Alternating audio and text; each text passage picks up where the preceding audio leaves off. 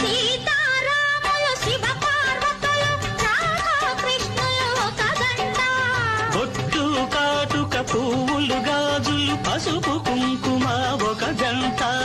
ఆ జంటలే ఇక దీవించని, ఆ జంటలే ఇక దీవించని, నీ జంటగా నన్ను జీవించని, జీవించని.